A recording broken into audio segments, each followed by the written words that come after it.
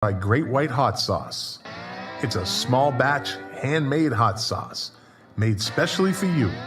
So if you like hot sauce, you'll love Great White Hot Sauce. It's the hot sauce that bites back. Find it at www.trygreatwhite.com. Well, here we are at episode 57. Wow. We have a long way to go. So in this episode, to celebrate episode 57, well, we're not really. Just thought I'd pique your interest.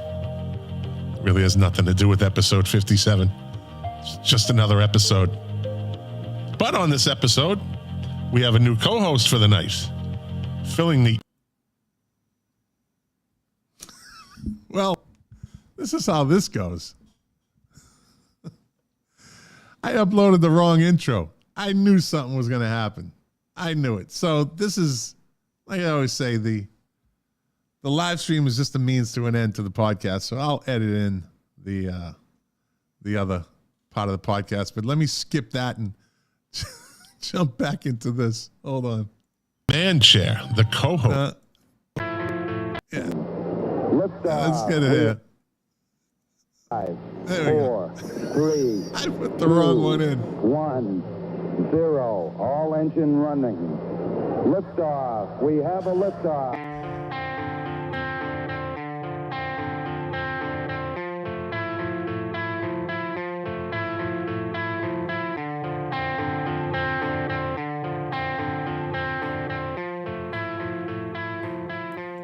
All right, enough of that.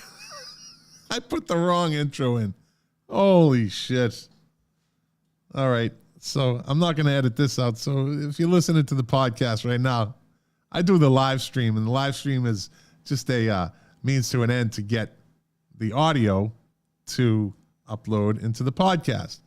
I had a whole, this episode's intro all figured. I did it all today, and I uploaded into this program, and I go to start the live stream, and it's the wrong fucking intro. It's from episode 57. I'm like, whoa, I know we've done more than that.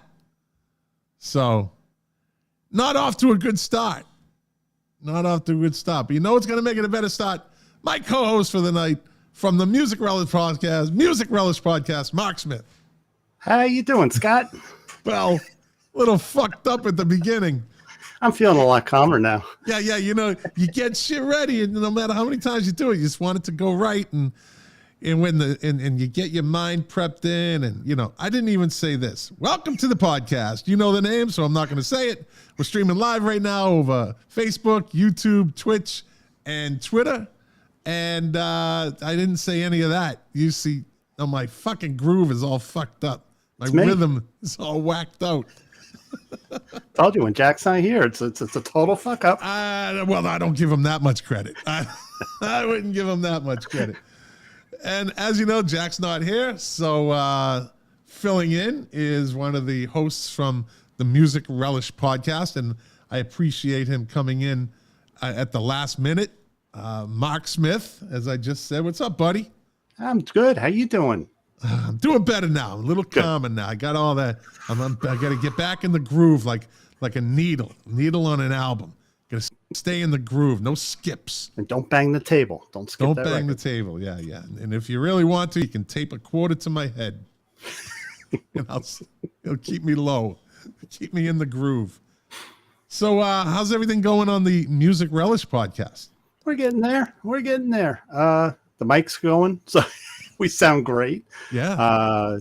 Lou and Perry every week, they just show me how little I know about music. Man, those guys are good. They know a lot of shit. Yeah, well, you hold your own. Trust me. You're no slouch yourself, my friend. I got my own little corner of the music world. That's I all stick you to need. that. It's all you need. Just get your niche in that show, and you're all set. Yeah, and you're all set. And you guys are now on YouTube. YouTube. We're on Facebook and Good. Apple. And there's something else in there that Perry mentioned. He's getting us on a lot of platforms. So good. We're doing good in that front. Yep, you got to branch it out, and then I see you've changed your background, You're getting more spicy, a little more 90-degree turn. There you go. That's all it takes. Actually, my desk actually faces this way, but I have to sit like this because that's as far the camera, like the setting back there. So I'm actually facing the corner of my desk. That's a thing with me. I don't mind being at an angle. It's okay. It's good. Yeah, it's all good. I get used to it. I get used to it as long as the audience doesn't see. And I don't care if they see it or not. But what did you guys talk about this week? Our big we have a feature that one of us will recommend an album to the other two to listen to and review it. So Lou recommended the Fabulous Expedition of Dillard and Clark, and I knew nothing about it. So I went into it cold, and it was Gene Clark from the Byrds. Yeah. And this guy Dillard, and Lou, I'm sorry, you're going to kill me. I can't remember his full name, but it was after the Byrds went kaput, or he left the Byrds. And it's like that late 60s country around the time of the Fabulous Burrito Brothers. So, wow, I just got into it. I loved it. Listened to it all week. It grew on me. And that's what I like about that segment. One of us gets to pick something out for the other two to listen to. Get us into new music. Yeah, that's, what's that? Is that me? I hear a beep. Yeah, that was, hold on. Stop, shut your fucking car off. It could be here, Fucking outside the studio. No, it was outside the studio. Fuckers. It just won't stop at the beginning of this show. It won't stop. Shit that's never happened before. It's all of a sudden coming crumbling down on me. But I'd rather have it all happen at once there you than go. little speckled throughout each show. Look, it was one thunderstorm at Woodstock. That was it. Just one thunderstorm. Nothing bad happened after that. Good analogy.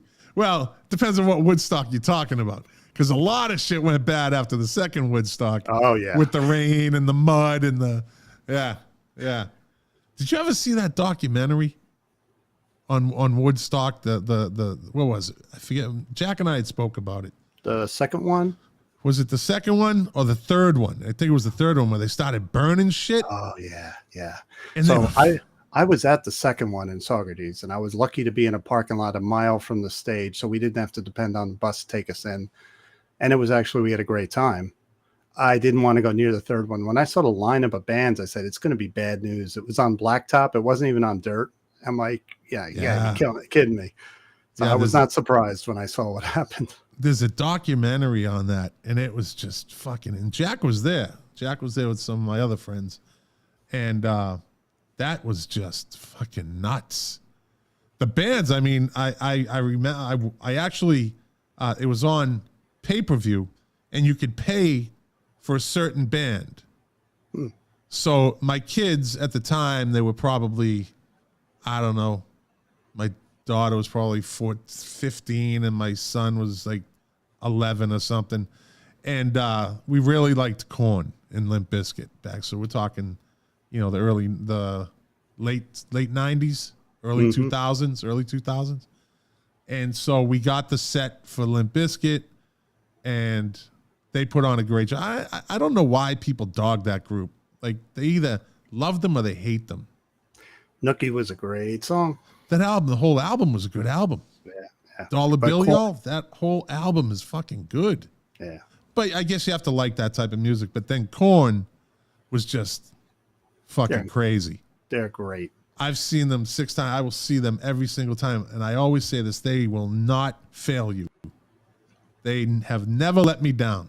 They fucking great show every time. Energetic.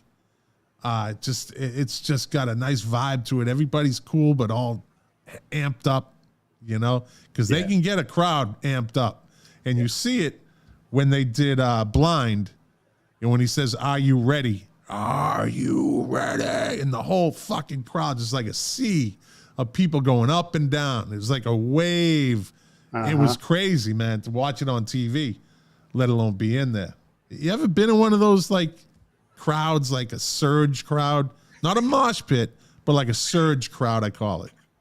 Yeah, one time scared the shit out of me. I saw Living Color. Remember them? Oh yeah, with Vernon.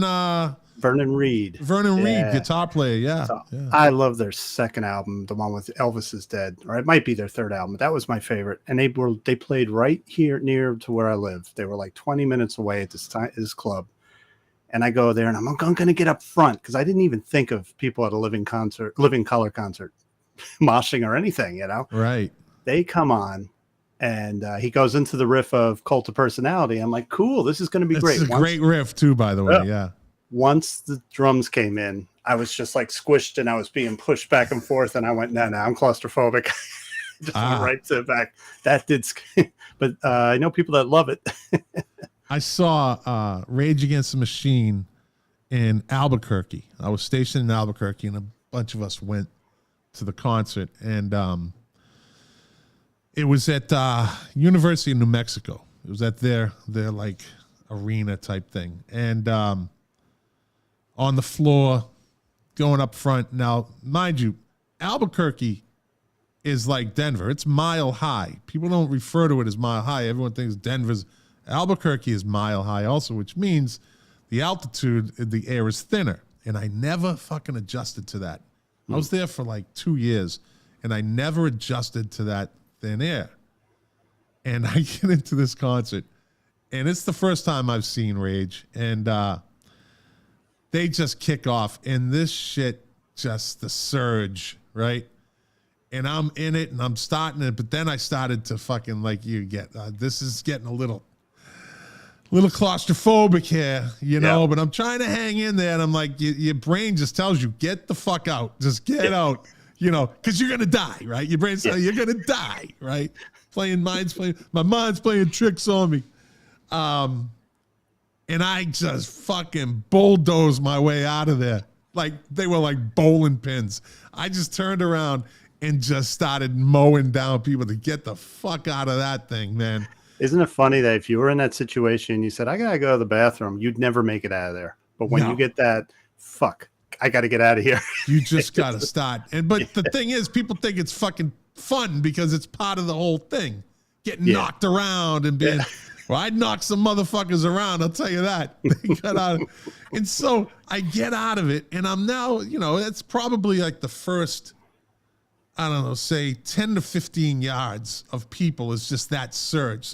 So you get out of there, you get like the 20-yard line, right? Yeah.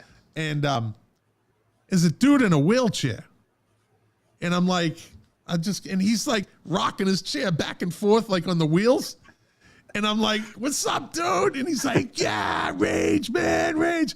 I'm like, yeah, you want a mosh? He goes, yeah. So I fucking get behind his wheelchair and I start tipping him, like, and fucking spinning him around. Dude, I hung with that dude the whole show. It was fucking great. And my buddies come out of the sun. They see me with this dude in a wheelchair. And I'm pushing him. They were like, what the fuck is that?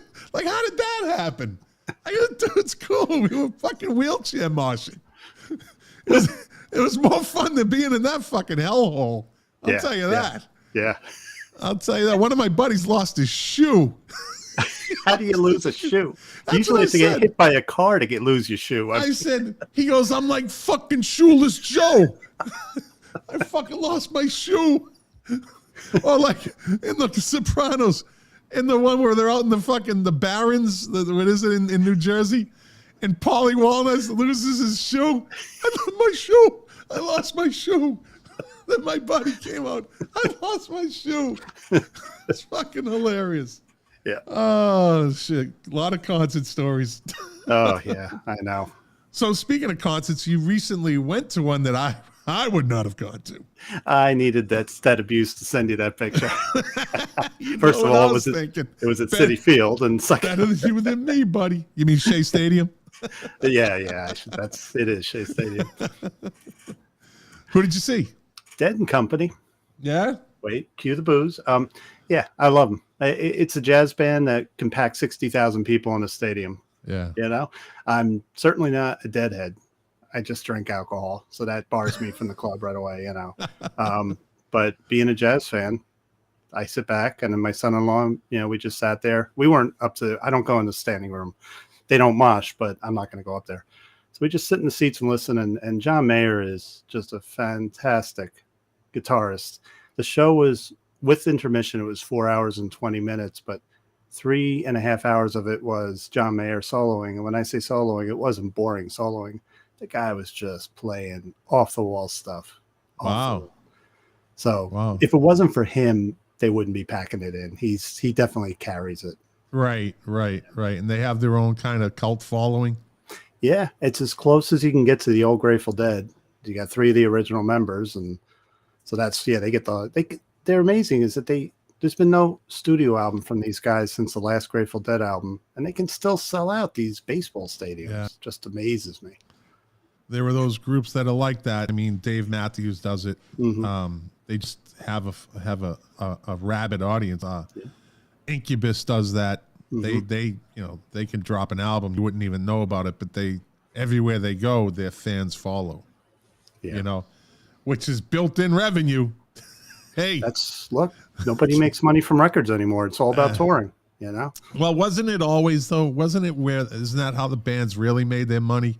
Was out on tour? Kind of, but let's face it. When you and I were growing up, everybody bought the records, and then it became everybody bought the CDs. So they were getting a check on royalties. And I think in the 70s, I read somebody say that the tours were just promoting the albums to sell the albums to make the money. And it's totally different now. It's tour to make the money and see if you have money to make an album. How much per unit, though, were they getting? I guess it depends on the deal. Like, I'm sure the Rolling Stones were getting, $1 per unit or something like that. But back then, a Rolling Stones album in the 70s was like $7. Yeah. Then it went up to 10, and I was like, oh, shit. Then it was 12, and, now they're fucking 30. Yeah. That's a rip-off. I'll never buy an album new. No. I've done that. Yeah. I think it was a deal you signed, like you said, because Peter Grant with Led Zeppelin, I think they had a great deal. But also the hottest band in the world, though. So he knew what he had. He knew what he had with them. But the other thing that's involved in there is the publishing, which is a whole different animal. I don't know exactly how it works. So you got record royalties and you got publishing. And some bands did sign it away, and they didn't make much. And other bands got it back. Some of these bands bought their whole catalog. Metallica, they got their whole catalog. God bless them. So all the CDs that Metallica sell, they're making the money, and I think they deserve to. It's not going to a record label. I said that last week about Kate Bush for that song "Running Up the Hill." She has the publishing rights and the writing. What is it? You said the publishing and the royalties. I mean, now it's the writing downloads. credit, and she got the writing credit and the publishing credit. She owned everything, so she's pulling in, like I said last week, almost $300,000 a week just for that one song. That's great. And good for her. Yeah, and she, not to hop on last week's episode, but again, she never toured. Yeah, she's fucking, before this thing happened, I looked it up. She's already worth like $70 million. God bless her. Yeah. So again, another woman another artist that has a rabid following. She put out 10 albums and her people show up. Yeah. Not my kind of music. Like, I'm not going to be that guy. Oh, say Kate Bush is great. I can listen to her, but like, I listened to one of her albums and it was like 50-50. There was some good songs, very interesting songs, but then there was some just, how can I put it? Avant-garde songs. And she likes that stuff. She's very artsy and I mean, I consider myself a fan of her music, but there's stuff that just escapes me. I can't sit and listen to an album run front to back. Maybe someday I will, but for now, yeah. But that Running Up the Hill is a great song. I love it. Oh, it is. It is a fabulous song, and it's one of those songs where I don't think I've ever turned it off. I don't think I've ever heard that one. I don't want to hear that song. It's just one of those songs, very unique. Yeah. Different sound. On the album that's off of, what is it? Hounds of Love or something like that. I think so, yeah. And that's a standout song on the whole album. Like, it's totally different than all the other songs on the album. But that was last week. This is this week. So I sent you the kind of what I wanted to talk about tonight. And this one, song origins, and I know it's hard to for someone that got 20 minutes notice. Like, I had 20 minutes. I got to find somebody. Oh, I know he'll come through for me. Mark Smith will come through for me. That's because I'm sitting around doing nothing. That's me. I got a boring life. Listening to some John Coltrane album, you know? Well, you and Jack can listen to that. Yeah. So song origins, or like kind of how the song came about, or which is an origin, or what the song is about, and stuff like that. Doesn't necessarily have to be like it's about this, and this. So I was listening to this song recently, and it's probably one of the quintessential 70s songs. And it's a true classic song in itself. And it does represent the 70s in its way, in a big way. The Year of the Cat. I mean, it's a fucking masterpiece. That song is just a masterpiece. Absolutely. It's so it just evokes the mood. It gives right off the bat. It evokes a mood, and you just listen. And Al Stewart, you know, the Scottish guy, his voice is perfect for that song, you know. And he's a talented dude himself. And I actually saw a video of him on somebody sent it to me on he was live at Daryl's. You know, Daryl Hall, live at Daryl's. Love that and show. He did. It was on the TV show? Yeah. He did Year of the Cat with that band. Yeah. Except that it's changed a little bit. I think there was an audience, like a kind of a walk-in audience. Oh, okay. Watching it. And the guy still has a great voice. He's got to be, late mid-70s at least. Al Stewart, you know? Can't hit those higher notes, but he adjusted, and they did a great version of Year of the Cat. So do you know who produced Year of the Cat? Funny you say that, Scott, because we were talking about that producer the other week on our show. It was Alan Parsons produced that album. Yeah. I knew you'd know that. He was also the engineer on that song. He usually did both. Yeah. He produced, I think he produced that whole album. He also produced Time Passages and engineered Time Passages. So Al Stewart's two biggest hits, his two best-selling albums. Thank you, Alan Parsons. Yep. Right. And may I say, it's probably because when Alan Parsons produces, he does kind of take control. He said he wanted to be to music what a Martin Scorsese is to a movie. He wants to direct it. So Year of the Cat, it was Alan's idea to put that saxophone solo on it. Al Cooper didn't want it, and he's, come on, let's do it. Well, made the song. You know, He knew what he was going after. Certainly did. That is a key part of that song. Again, adds to the whole mood, you know. Mm-hmm. So the song came about, though. There was a keyboard player named Peter Wood, and Peter Wood was in a band. It's like a Scottish British band. So the Sutherland brothers were a Scottish group. They were a duo, but they had people playing behind them. Well, they merged with a band called Quiver, which is a British band. So the keyboard player is named Peter Wood. So Al Stewart goes on tour in 75, and he brings him with him.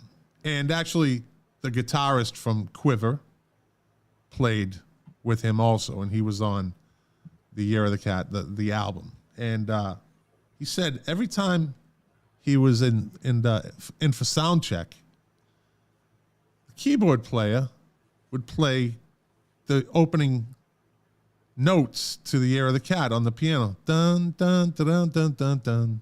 Right? And he said, I heard it like fucking 14 times. I had to hear that thing. And I said, that's a great tune. Can I write lyrics to it? And the guy's like, yeah, sure. You're fucking Al Stewart. You're my boss right now. So have at it. So he's thinking, what can I put to this tune? So there was a comedian in Britain called Tony Hancock. And Tony Hancock was very popular. He had, and I guess Al Stewart kind of knew him. And Tony Hancock was going on tour to Australia. And Al Stewart had said something wasn't right with them. He just kind of saw there was something off with them. Because it's Australia, and he commits suicide, right? So there you go. So he says, I'm going to write a song about Tony Hancock. And the line was, your tears fell down like rain at the foot of the stage. At the foot of the stage, right? Yeah. So he brings it to the record company. The record company says, who the fuck is Tony Hancock? Like, we can't sell. Basically, that's what they said. We don't know who he is. Yeah. So, write something else. So he decides to put lyrics about a princess named Anne, and the song was Horse of the Year. Princess Anne rode off on the Horse of the Year. He's like, that didn't go either. Nah, right? That doesn't work. That's not. So he said, he's like, I'm starting to lose my fucking mind over this. Al Stewart's a very mellow dude, so I'm sure he didn't say, I'm losing my fucking mind over this, right? No, he said, we're in a pickle. Yeah. yeah.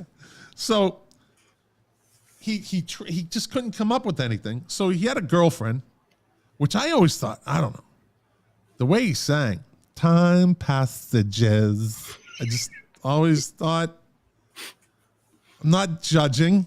I just thought Scottish. maybe which the guy has great music. So I'm not judging. I listen. I used to listen to Sylvester, who was like the first disco a trans man, like cross-dresser. I love you. Hey, listen, I don't care. You're fucking good, buddy. You fly, let your freak flag fly, buddy. That's fine with me. So I always thought Al Stewart was kind of, but hey, anyway, so he has a girlfriend, and she had this obscure book on the Chinese like zodiac, which is the year of this, year that. And he saw in the book, the chapter was open to Year of the Cat. He's like, okay.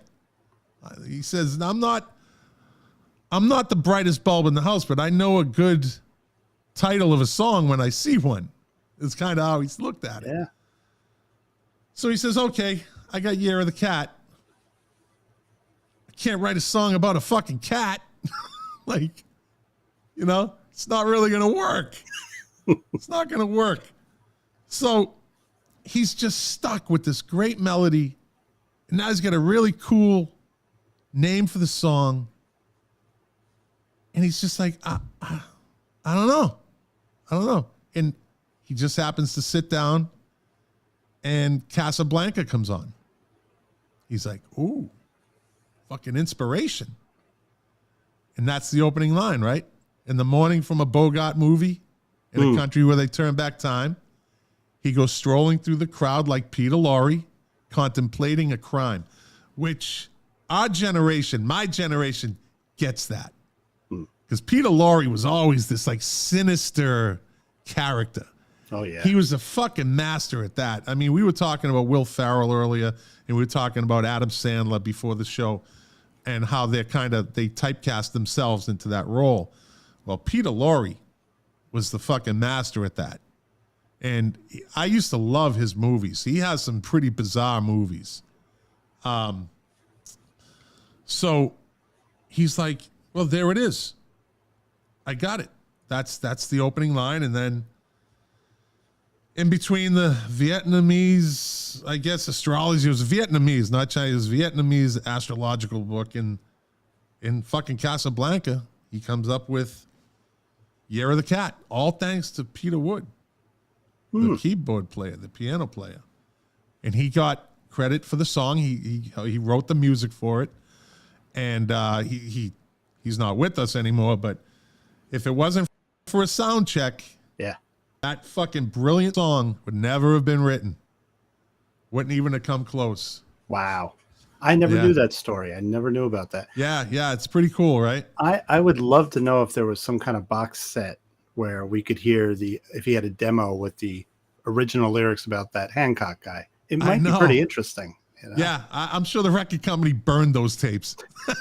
Back then, they had no time for this. Yeah. They didn't have foresight. They're like, we're going to tape over that. Don't fucking throw that reel away. No, don't burn it. Let's reuse it. Which has happened. Now, isn't that what happened in Led Zeppelin's Whole Lotta Love? There was a bleed through. They were just and the echo effect, right? Yeah, that they were recording so hot, so loud that it bleeds through. You can also hear it on the first album, at the end of Days of Confused. No, there is on one song on Led Zeppelin 1, you hear the same thing. It's just it's bleeding through the next track, and it made it otherworldly. I used to sit when I was young and say, how'd they get that reverse echo? How the hell did they do that? Yeah. So little side note or a little fun fact about that group Quiver that the keyboard player came from. So the lead guitarist from Quiver, Tom Renwick, went on to play lead guitar with Al Stewart and a later incarnation of Pink Floyd, right? The bassist, Bruce Thomas, likewise recorded with Al Stewart in 72 and 73 and subsequently joined Elvis Costello in the Attractions. Wow. Right? Peter Wood, a.k.a. Peter Woods, contributed keyboards to Al Stewart's albums from 72 to 78, and then later worked with Cyndi Lauper and also worked with Pink Floyd during their 1980-81 shows for The Wall. Yeah. And the drummer, Willie Wilson, recorded with Al Stewart, 72, 73, and also worked with Pink Floyd during the period of 80-81 when the band were touring The Wall, and played drums on David Gilmour's first solo album. Very good album. So this fucking group of this talented group of musicians in a band called Quiver, and nobody fucking knows that they even existed. Right? You know, what's really neat about that is you got two distinct eras of music. So you got Quiver from that early 70s. Yeah. And 80s, to me, 80s still feels like it's yesterday, but it was very close to the 70s, obviously. So you got a lot of these musicians from the early 70s that were working on pop albums in the 80s. It's incredible. Yeah, right? I mean, this guy's working with Cyndi Lauper. I mean, a gig's a gig. And a gig's a gig. Listen, evidently you got to be good enough, you know? So it's amazing. I just thought that was kind of really that's where you see this talented group of people, but they never went anywhere. Yeah. Then you got a group like Squeeze with fucking all talented, and they shoot off into the stratosphere. Yeah. For a short time. Mm-hmm. You like Squeeze? Yeah.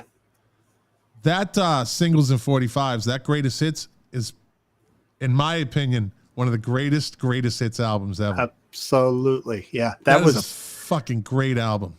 That's the only vinyl I ever bought from them. Singles and 45s? I went down, I was like, I knew every song on it. So I'm like, all right, I got it. So, and that's the thing about Squeeze, right? You hear that greatest hits and you're like, and I had this moment with Depeche Mode when I saw them in concert in Southern California, at the Blockbuster Pavilion, and they play a song, I'm like, yeah, then I'm like, oh fuck, I forgot that they played this one. Oh yeah. Oh, this one too. Oh fuck, I forgot about that one.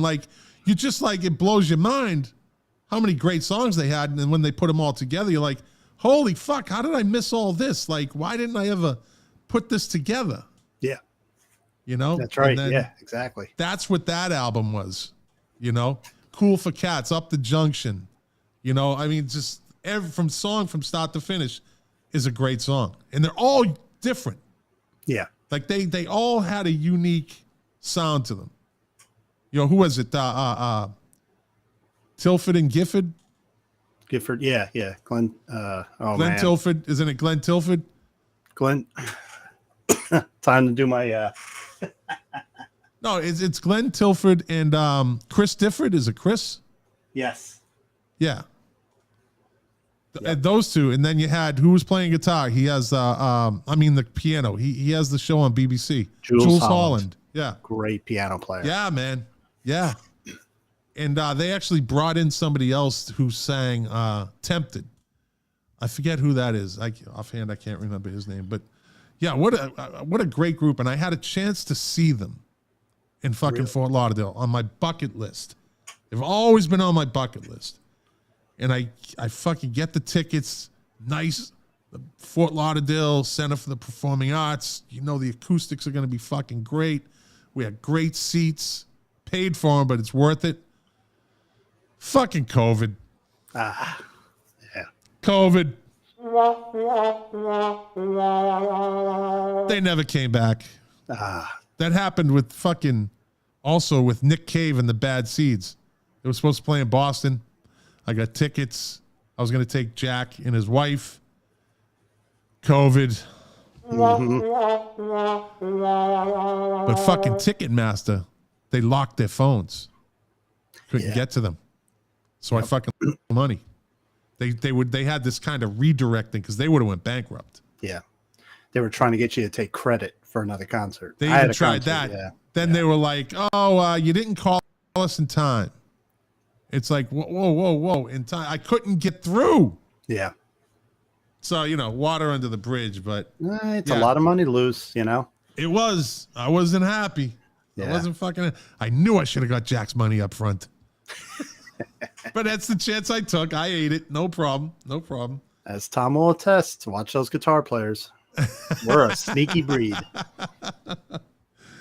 Well, at least when I do, this day in music and that stuff, you won't be strumming your guitar. Look behind me. Hey, easy now. I won't get it. I promise. Although I would press through. I would press on. I've been annoyed for a year with that fucking guitar strumming by him. I can with yours. Don't worry, buddy. Don't worry. So what do you got? You got anything for a origin? Well, I got two dingleberries compared to that story. No. Hey, listen, they're all good, man. It's all content. It's all good. Just to going back to that thing of how Al heard the guy playing the piano, that's also a story with Layla, where who was playing the piano is the drummer from Derek and the Dominoes. Eric happened to be walking past and he was playing the piano, and it was that second half of Layla, which just gets me like Layla in its original incarnation was just the rock part, and it wouldn't have been nearly the same without that. And if we didn't have that second half, Martin Scorsese wouldn't have had music from one of the best scenes in Goodfellas, But, yeah, it's funny how these things slop together, and they get these songs that come out. So, well, let me ask you this: what was a better song to a better scene? Was it Layla and Goodfellas, or Can You Hear Me Knocking on Casino? I got to go with Layla because at the point of the movie, it's kind of like everybody's getting knocked off. Yeah. And it was kind of like that climax where you hear this beautiful music while you're seeing these bodies piling up, You know what the creepiest part of that movie was to me? Yeah. It's fucking just the creepiest scene in the whole movie was when Henry Hill's wife met Robert De Niro. And he's like, "Hey, I got a coat for you. I got a fur coat for you. Just go down the alley, go down there." And she's like, "Down there?" Yeah. He goes, yeah, go down there. Go in the door. Go in the door. Go. And he's like looking around, and she kind of looks and she steps in, and there's like these fucking 5 guys in there. And she's like, "Oh, fuck." And you don't see them. You just see the silhouettes, and they're looking at her, and they're starting to walk toward you. You're like, "Get the fuck out of there." Yeah, like that's how fucked up that dude was. And De Niro's face looking at her, like, she's going to die. He was setting her up to get fucking raped and murdered. Like, great scene. It's just, it always creeped me out. I'm like, Jesus Christ, because the movie's so good. Henry. I gotta go. Yeah. And you're like, run, get to the fucking car. Yeah. And it makes you know what was going to happen. Yeah. You just this was not going to be good for her. Yeah. It's going to be brutal for her. Mm-hmm. That always freaked me out, that scene. Yeah. But so Ticket to Ride by the Beatles. Mm-hmm. There's actually 2 stories behind that one. There's 2 stories behind it. You got McCartney's version, his story, and John Lennon's story, right? Paul McCartney says that it's literally a British railway ticket to ride. His cousin lived in one of these seaside towns in the northeast coast of England, actually of the Isle of Wight. And he owned a bar there, and it was basically they bought tickets to go there to hang out in the pub. And when they got there, they hitchhiked to the pub, like from the train station. So it's literally a ticket to ride. Well, John Lennon's version of the meaning of ticket to ride was when they were in Germany, they would go to like the brothels, or they would go to the bars, and there's girls in there. There's bar girls, as we call them in the Philippines. There's bar girls. And they would have to get health checks. Like you could ask the girl, let me see, when did you get a last checkup? And they have health cards. Like, I got checked up, blah, blah, blah. Which is smart. It's smart. And John Lennon referred to those things as that's his ticket to ride. Those health cards were his ticket to ride. Right? Now, I don't know if that's the real, like if he was just fucking around when he said that, but was his version of ticket to ride, was to he bang a whore in Germany and not worry about getting VD. And I still call it VD. Okay. Yeah. Okay. Yeah. None of this STD. It's VD. Okay. I still remember health class in high school. Yeah. It's venereal disease. Kind of like that. Kind of sounds better, doesn't it? I mean, if you get it, you might as well just be fucking hardcore with it, right? It rolls off the tongue. Venereal disease. Yeah, like what sounds better? I have an STD. Or, yeah, I got fucking VD, so what? I don't know. It just sounds more hard. If you're going to get it all the way. Just go all the way with it. Just, where did we all go? The way, May. Where did we go? How did this kind of get off track for a second there? Oh, Jesus. Well, Anyways, listen, your bad luck tonight. My pop screen fell down. Everything's going wrong tonight. But when we press on through, my friend, we press on through. It's that Black Sabbath album I have on the wall. It's cursing us. Which one? It's Sabbath, Bloody Sabbath. Ah, there you go. Yeah. The pop screen, I think the pop screen's overrated, though. I think pop screen, I had one before. Yeah, they do work if you get too into it. Like when I fight with people like on this. Well, I don't know, Scott. Yeah. Hey, look who just showed up. Louis. Louis. He's surprised to see you. Yeah. All right, Lou, I'm not going to rehash the whole thing. Watch the beginning of the show. I explain everything. But it's good. He popped in. He's like, oh, shit. So you got another one?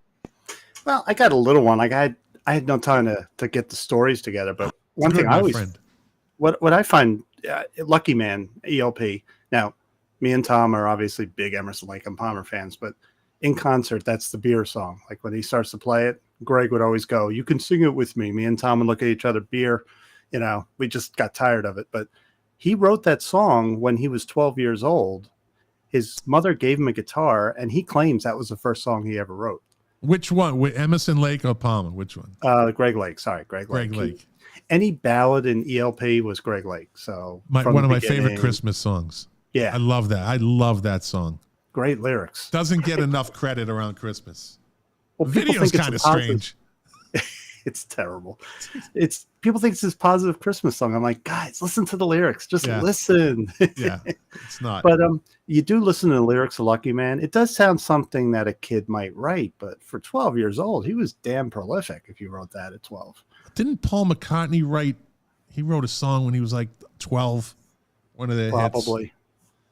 I know it's on the tip of my tongue, but I like that song. But I like the verve Lucky Man. It's not the same song, but it's a whole nother song. Have you ever listened to that? No. I'm going to write that down. Write it down, buddy. Write it down. Got my homework to do. Yeah. And it's called Lucky Man. And there's a great acoustic version of that, too. And if you want to hear a great Verve album, it was their last album. I think it's called 10th or something like that. It's got, I think one of the songs is Coffee with Judas or something like that. Yeah. Great album. They really got screwed over that Bittersweet Symphony. They couldn't make, all the royalties were going to the Rolling Stones. Yeah. And they didn't get a penny. And that was really the only big hit they had. Evidently, they got that back.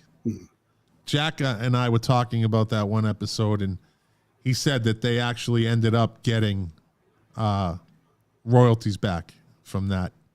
Good. It was a long, drawn-out court battle, but the Rolling Stones always said, "Do not fuck with our music," and they were warned. They were warned. Yeah. Do not do that. And they actually sampled a symphony version of an obscure kind of Rolling Stones song. Yeah. And the songs are like, nope, you will not sample us. Three things you don't do. You don't sell a copy, a bootlegged Walt Disney anything, even a picture of a Walt Disney videotape. You'll get arrested. Don't screw the Stones and don't screw Led Zeppelin. You'll lose everything. Yeah. I'm going to get this. I know his name. The album that the sample came from? No. The lead singer, it's Richard Ashcroft. That's what I thought. Yeah. That's what I thought. Not to be confused with John Ashcroft, who was in the one of the White House administrations. Yeah. Well, my son-in-law is from England, and his Led Zeppelin growing up he was Oasis from 12 years old. Wow. Also the Verve. And about 5 years ago, he went to Central Park, and it was Richard Ashcroft and Liam Gallagher were both playing, and it was a free show. Wow. And he said it was packed. Rain started coming in, downpour, flooding. Within 5 minutes, it was just English people left, all the Americans left, and he said it was great. He said it was, and I wish I went. That sounded like he got pictures of the show. And even Liam was like moving around, not just standing there with his hands. Not just standing there, yeah. Probably trying to one up Richard Ashcroft. Well, that was always his style. I mean, and I always say this, what was it? It was the 90s is when basically Oasis ruled the world. Absolutely. They just dominated. Yep. And his brother, Noel, had said he's a good lead singer, and I can tell you this, no one can wear a fucking parka better than him. He always had that long parka on the jacket. He was one of those guys that could pull that. He pulls that off. That just standing there, but there's something he's charismatic, and he just kind of does that Conor McGregor kind of walk around the stage, very cocky, not as animated as Conor McGregor, but he just has that thing that works for him, Now let me ask you something. Yeah, just think of him in that getup, and what if you were on the subway, waiting for a train at 11 at night, and he's standing there looking at you? You'd be like, shit. No, I wouldn't be. I'd be like, motherfucker, I'm going to knock you the fuck out. You're looking at me. Don't be looking at me. You see that guy over there with the glasses and the long hair? Just look at him. How you doing, buddy? You like the Dead? I like the Dead. You might be better off that way. Yeah, you like the I like progressive rock. My name is Mark. What's yours? Guaranteed to make them go the other way. Oh, shit. I wake up in the hospital. Let's see. What else do I? Oh, okay. All right, this one is kind of known, but it's not. So Paul Simon's Mother and Child Reunion. Mm-hmm. Everybody knows that it was the name taken off a Chinese restaurant menu, a menu at a Chinese restaurant. One of the dishes was called Mother and Child Reunion, right? But the song was written after the family dog got run over and killed. And Paul Simon said, like, it's fucking like first you're here and then you're not. it's only a moment away, right? Wow. That's one of the lines in the song. Yeah. It's only a moment away, and it just devastated the whole family. You know, this dog, the family pet, fucking randomly runs out in the street and gets run over. So that song came from the death of a dog in a Chinese restaurant menu. And it's such a happy sounding song. Yeah, it is. It is. Paul Simon, he had his moment, but as he got older, I didn't like that. Jack liked that album that won all those Grammys. The African Graceland. one. Graceland. Was it Graceland? Yeah. I didn't like it when it came out. I was in high school, and it literally took like 20 years. And I think it was overhyped. Anytime an album is overhyped, I'm not going to like it. I'm with you, buddy. Yeah, I'm with you. Yeah. And I thought it was slick and everything. And then 20 years later, I'm listening. And first of all, it's got Tony Levin on bass. He plays with Peter Gabriel. He's the bald guy with the long fingers. And to hear Boy on the Bubble, that's a really good track. And I'm like, all right, I'm going to give this another listen. And I like it. Okay. Don't tell me it won 20 Grammys, because I don't care. It's like, I want to hear it on my own terms. So yeah, I'm the same way. I won't like hyped up movies. That's why I never saw Top Gun. Like, no, not gonna fucking do it. Not gonna see it. I saw Top Gun. The part 2, great movie. But I watched like the 7-minute synopsis on YouTube of Top Gun Part 1, and I basically got everything I knew. And they made sure in that movie that they covered each character, like they gave you their the little origin. Okay. Yeah, they touched on everything. They kind of filled in. It was a good movie. It's very, very, very good movie. I liked it. I'm glad that they were able to. You take a movie that big, and years later, when everyone's older, I'm actually happy that they were able to make a good movie. I've heard from many people it's good. 30 years later. Wow. Yeah, and I saw it at like this. It's not even IMAX. There's another theater. I forget what it's called, Lux. So I go to this movie theater here in it's in Delray, but it's on the border of Boca. And they have 2 theaters. They have the Lux Theater inside this big complex. It's a bowling alley, and then you got Lux, then you have IMAX. Like one right next to each other. The difference is the sound and like this quality on the screen. You have to really pay attention to know the difference. I really don't. But yeah, I saw it in that. You got to see it in a big booming sound. Like if you got surround sound in your house, just fucking crank it up. Yeah. I can't do the movie theaters with the recliners. I tried it, and I stupidly saw one of the Hobbit movies, and I fell asleep. It's because don't put me in a recliner for 3 hours. But then you don't have to recline it. Just don't hit the button. True. My name is Mark. My name is Mark. I'm speaking. Bring it around. I'm speaking for Tom right now. Yeah, that's Mark. My name is Mark. What's yours? Somebody once told me this lady was losing her mind, right? And I knew her. She was kind of a friend of the family type thing, and she called me and she says, I'm just going to tell you that the TV's talking to me. What should I do? And I said, turn it off. She goes, I never thought of that. There you go. You need anything else from me? Just don't recline the chair, Mark. Recline it. Yeah. I'm a guitar player. Unless you like the discomfort of the regular chairs, Well, if you sit in a recliner straight up, you look like Archie Bunker, But it's high. It's got a high back. It's got a high back, and you can tilt it a little bit backwards. You can tilt it a little bit. You're good. You'll figure it out, Mark. Yeah, my luck, it'll go, and then the whole theater will be looking at me, So I don't, Then you shh. So, do you have another one or no? Well, yeah, very simple. The song "Breathe" from Pink Floyd. Yeah, breathe. All right. So the chords on that, there's A minor to D. This is kind of stupid, but I was reading that, and this is something really neat about Pink Floyd is when they were trying to write Dark Side of the Moon. They had writer's block. They didn't have anything. So they had a 45-minute jam of A minor to D. That was the song that they worked into. All right, they made it into a song, and then all the juices started flowing, and then the rest of the album came. Oddly enough, when they did Wish You Were Here, this is another huge album, same thing. They were sitting in, I believe it was Abbey Road Studios, and they're paying time for Abbey Road, and they're just doing nothing, jamming.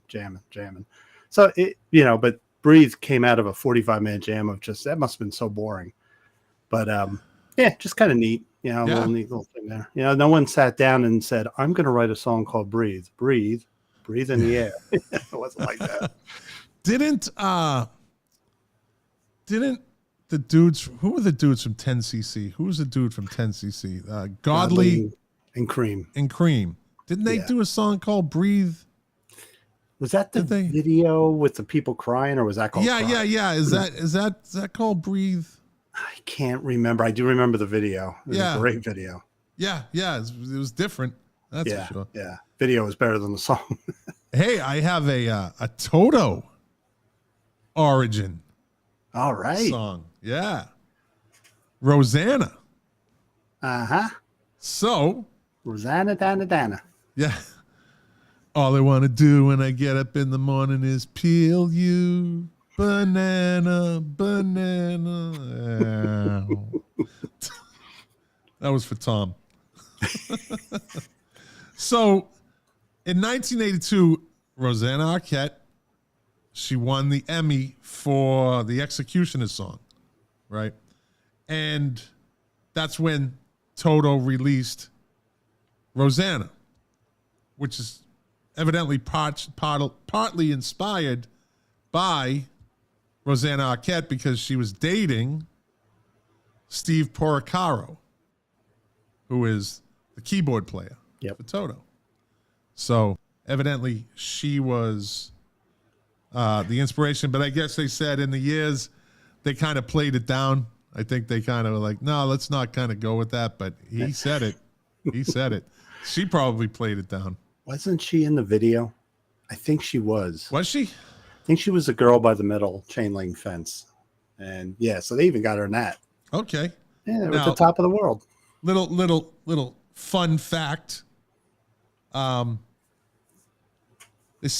said while he's never confirmed it, Peter Gabriel's "In Your Eyes," the Lloyd Dobler in the movie, he holds the radio up. That was one of the classic moments in movie history. In the movie, Say Anything? That was also written for Arquette because she was romantically involved with Gabriel for several years. Jesus, she was the Courtney Love of the 80s. Yeah, I guess so. Wow. And the fact that the beginning of Rosanna is all I want to do when I wake up in the morning is see your eyes, right? Yeah. So you kind of got to think that the Toto guy wrote that on. So there you go. So she had 2 songs written about her eyes. And that's she's in rock history. I get, she is now because Milk Crates and Turntables just busted that story wide open. Oh, she's going to call in. Yes. Call in. Yeah. And on Toto 4, on that album, the song Africa that everybody knows, I was always shocked. Like, how the hell could David Paich write lyrics and incorporate the Kalahari into the rhythm and rhyming? And it took him a long time to write that song. I'm like, this is weird putting these a Kalahari. Someone tells you put that in a song and rhyme to it. Rhyme to it. That's the key. So let's move on. Let's move on to the one and only. I'll tell you one song that just recently cleared up for me. I read Phil Collins' autobiography. I'm fascinated with Phil Collins. No, I'm Not Dead Yet. Oh, okay. That's his own. And there was a rumor for years that In the Air Tonight. That's the song I was meaning. Yeah, there's the reference. People said, we saw a guy drowning in a hotel or whatever. Yeah. He was bitterly divorced. He was heartbroken, and he was stream of conscious lyrics because his wife took up with another man. And it's not, you listen to it now, it's in a whole new light. But for years, everybody would say, what the hell is that song about? It's very eerie. Yeah. But just listen to it. It's someone with a broken heart just jabbing out at his ex-wife. So that's interesting. I got a Phil Collins story. You're probably not gonna like it. He's a fucking piece of shit if you ask me. They him and his ex-wife, she's a Latin woman from Miami. Yeah. They have a school. It's like they have a what do you call it? Not a fund, but a charity. Okay. And the money goes to this school. It's a performing arts school for disadvantaged kids, right? And they had this. I don't know if they still do it, but every year they would have this auction. It would be a big event. They'd have an auction, and then they'd have kind of musicians coming in and playing. And Phil Collins was going to play. He was going to play. Advertised, he's going to play. So I'm like, you know what? I wouldn't mind seeing Phil Collins do like 3 songs. I'll pay for that. I don't care, And so my wife and I go down to Miami. We go to the event, sitting in our seats, and the majority of the music that was being played were Latin stars, like South America and Puerto Rico, and this isn't really my thing, but it's entertaining. These, I don't know who any of them were, and so they kept saying, "Yeah, Phil's coming out later," and then they do an auction. If Phil's coming out, and his son, I guess his son plays the drums also. Yeah. So his son had his band there, and they were okay. They were okay. Phil's coming out. All right, get ready. And then there's like this delay. You go through this whole fucking show, and the guy comes out. He goes, "Sorry, people, I have bad news. Phil won't be able to play tonight. He saw the doctor today, and he's been suffering from blah, blah, blah, fuckature of the brain. I don't know. And so we're sorry, but, he's going to come out." The dude walks out with his fucking son, like a human shield. Like, are you going to boo him now? Right? Brings his little son out with him. Like a fucking human shield. Like, you can't, like, I was going to be like, "You suck." Right? And he looks like this, like he was fucking 85. He walked out like all fucking pathetic looking and, "Oh, I'm sorry, I'll make it up to you," and blah, blah, blah. These fuckers knew. They knew all night long he wasn't going to play. But they kept pushing it for his foundation, him and his ex-wife's foundation. Wow. So, fuck you, Phil Collins. If you're ever listening, fuck you. He can take it. He's got a million fucking medical problems. When you read that, oh Jesus, yeah, he's falling apart. He looked horrible on the last tour and everything. So he fell off his chair, and like 7 people ran out to get him off. Oh my God, he fell off his chair like he was drumming, and he fell kind of backwards aside. I saw a video of it, and I was like, "Good, you motherfucker, good, fucking fall again. You should fall off the stage, Phil Collins." Fall off the stage. You should be in a fucking mosh pit in a Rage Against the Machine concert. That's where you need to be, Phil Collins. Hey, try to stay in Switzerland. Come on. I feel better now. I feel better. You feel better? You got it out? I feel better. Okay, I feel breathe better. Deep, breathe deep. The Gathering Gloom? Mm-hmm. Uh-huh. Yep. So let's move on to the late, great Stevie Ray Vaughan, which I know you're a fan of. Yeah. Right? So he did he had how many albums did he do? When he was alive, 1, 2, 3, I believe 4 official studio albums.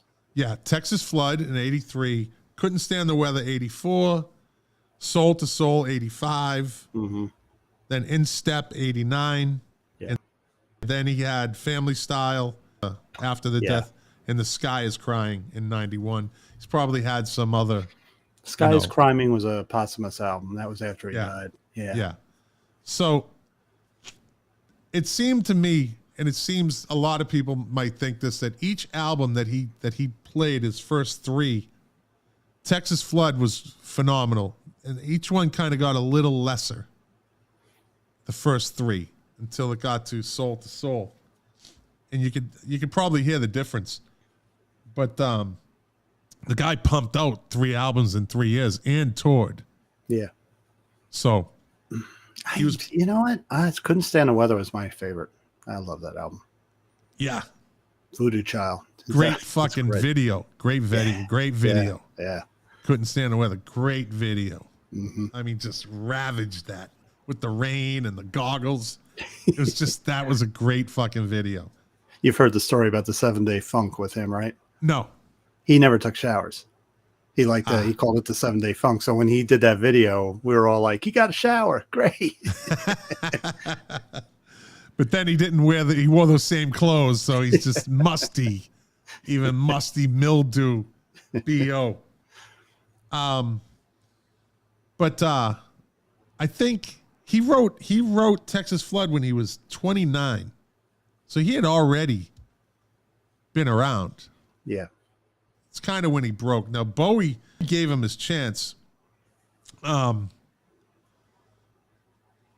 Jackson Browne gave him studio time for free, right? Yeah.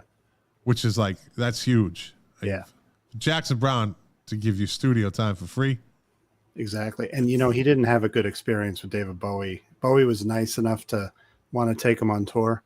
But Bowie's band, you know, these are musicians who read music, and they were just killing him in the rehearsals, you know, and he just got homesick. He wanted to leave. I know how that feels. You're with these superior musicians. They're giving you an attitude. He just wanted to go back to Texas, get back with his band. And that's why he bailed, you know, on David Bowie. Isn't that insane to think that he thought they were superior to him? Well, technically, you know, they were like a Broadway band. Like if you're going to be in Bowie's They band, were more technically sound than him. Yeah. Yeah. He's more soul. He feels it, which is what the blues is, right? Yeah. You play it with your soul. What's your favorite song by him? Well, I'd say the song that always got me, the one I learned when I was playing guitar, Couldn't Stand the Weather. Yeah. I think that's it. Yeah. But also on The Sky is Crying, the last song is an acoustic song, Life by the Drop. Yeah, I listened to that. That's probably my second favorite. No guitar solos, but what a great song. Yeah, yeah. I would say Couldn't Stand the Weather and Cold Shot. I love Cold Shot. Great video. Yeah. Hilarious video. Pulling the guitars out. With the fat wife. Yeah. She's like, wake up. You're plucking and strumming that guitar. Run cold, baby. You're plucking and strumming on me. Now, what was his biggest hit? For the one I heard on the radio the most in the New York area was Pride and Joy. That was like pushed really hard, but it may not be his biggest. Do you know? Crossfire.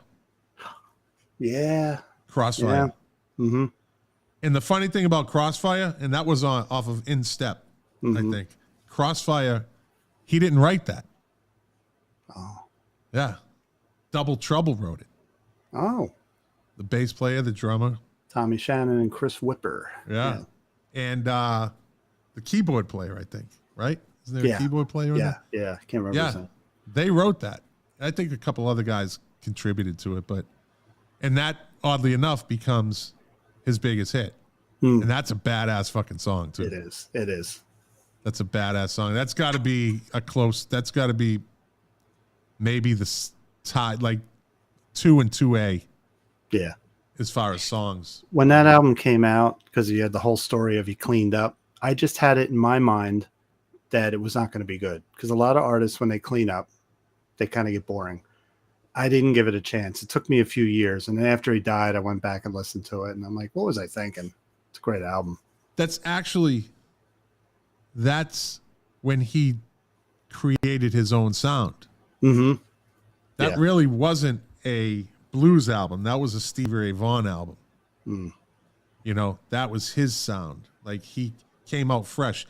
He had burned out from those 3 albums and touring and drug use and alcohol and just like he wouldn't stop, you know. And he was also, I don't know if people know this, but that motherfucker was a fashionista. Yes. Like he liked his clothes. Like he picked out his shit. He always had kind of a different style, but that wasn't like a stylist. Like, here, Steven Tyler, put this on it. No, this dude went out and got his own shit. It's like, I like this. I like this. The hats, the whole thing. When he used to wear the silk stuff, I used to think of Tommy Bolin from the 70s, you know? Oh, yeah. Huh. But yeah, he definitely liked his clothes. Again, a lot of people wouldn't think of that. Mm-hmm. Now, did he shower when he wore these clothes? I don't know. Gotta hand it to the him on TV. Well, you gotta hand it to the band. They played up there, but if you look at pictures of him, his hair was very greasy.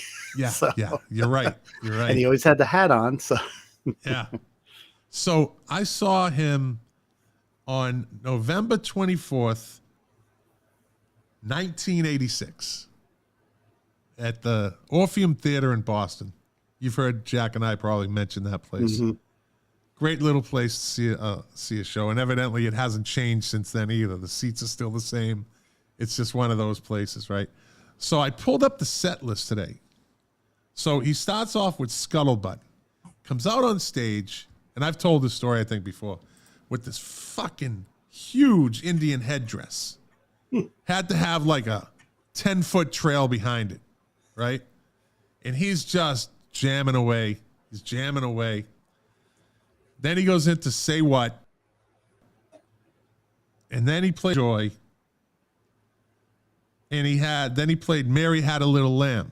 And I believe that was after that song, he just stopped. He said, listen, and you can hear it was the second night of 2 nights in Boston. And he said, I'm not used to this cold weather, and I kind of lost my voice last night. So I apologize. And everyone's like, yeah. He said, but I'm going to make it up to you with my guitar. All right? How's that sound? And the place went fucking nuts. And I'll tell you what, this dude fucking put on a show. Like, he did literally make up. He played the songs, and in your head, you know the lyrics, at least most of them. yeah. But the shit he was fucking doing with that guitar just was amazing. I mean, he was playing it behind his head, playing it with his teeth, playing this, swinging it back and forth, in front of him, behind him, in front of him, behind him, just doing everything he could to just put on a show. And so he went on with Ain't Gone and Give Up on Love, Ain't Gonna Give Up on Love, Superstition, I'm Leaving You, Voodoo Child, Slight Return, Willie the Wimp, Cold Shot, Couldn't Stand the Weather, Life Without You, Love Struck Baby, Look at Little Sister, and Testify.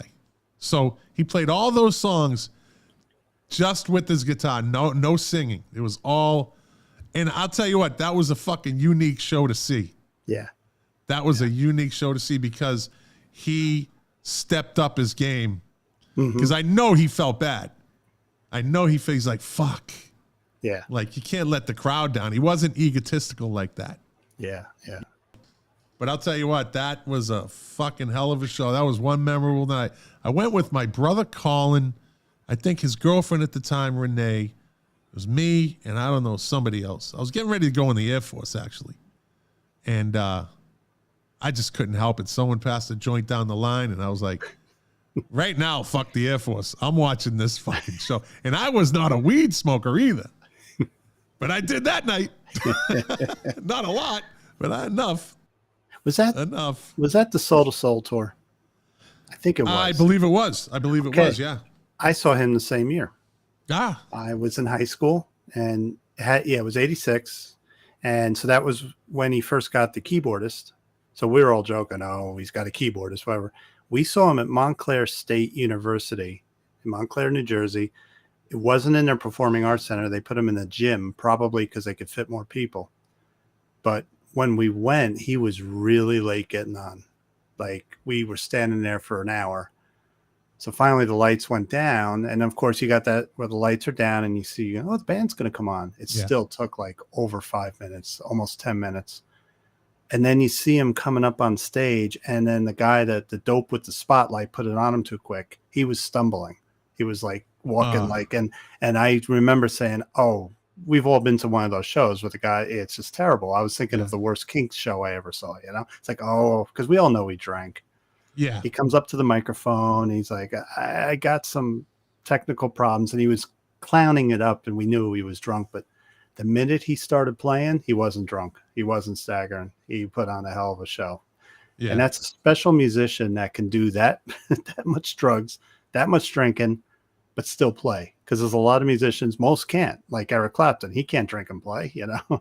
But he put on a hell of a show. It was just great, and we were close. And I saw him probably from 4 people back, and nobody was pushing. It was a real cool audience, and I'm just felt incredibly lucky that I saw him. Yeah. Yeah. But a little tidbit that's funny was, and it kind of relates to you, where after the show, we're walking out of the gymnasium, and then we're on the college campus. You lost your shoe?